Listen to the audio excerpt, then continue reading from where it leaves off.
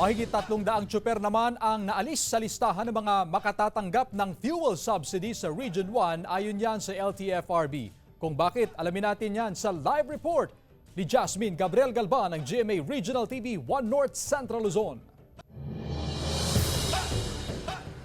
Jasmine?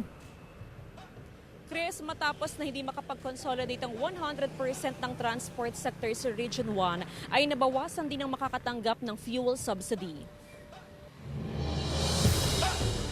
Apektado ang kita ng mga jeepney drivers sa Dagupan City dahil sa init ng panahon. Madalas kasi ang suspension ng face-to-face classes. Habang maraming umiiwas sa paglabas ng bahay dahil sa init, si Rambo, 200 pesos daw ang natapya sa maghapong kita. Kaya malaking tulong daw sa kanila sakaling maibigay ng fuel subsidy mula sa national government. Malaking bagay po para makatulong sa tinataas ng diesel. Ayon sa Land Transportation Franchising and Regulatory Board o LTFRB Region 1, hinihintay na lang na maibaba mula Central Office ang pondo para sa Region 1. Kasunod nito, inanunsyo ng LTFRB na mahigit sa 300 tsuper ang natanggal sa listahan ng mga makatatanggap ng fuel subsidy. Sila ang mga tsuper na hindi nakapag-consolidate ng prangkisa. Mga hindi na nag-consolidate, yung mga wala na, yung mga nag-drop na, ayaw na sa transport business, wala na sila, tanggal sila sa listahan. Last quarter ng 2023, nang huling nakatanggap ng fuel subsidy ang mahigit sa 8,000 tsuper sa Region 1 na isumite na ng LTFRB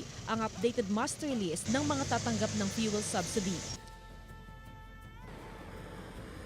Chris, ayon sa LTFRB, bagamat may mga hindi nakapag-consolidate ng kanilang prangkisa, ay maliit na porsyento lamang ito. Hindi ito makakaapekto sa mga commuters sa Region 1. Chris? Maraming salamat, Jasmine Gabriel Galban ng GMA Regional TV 1 North Central Luzon.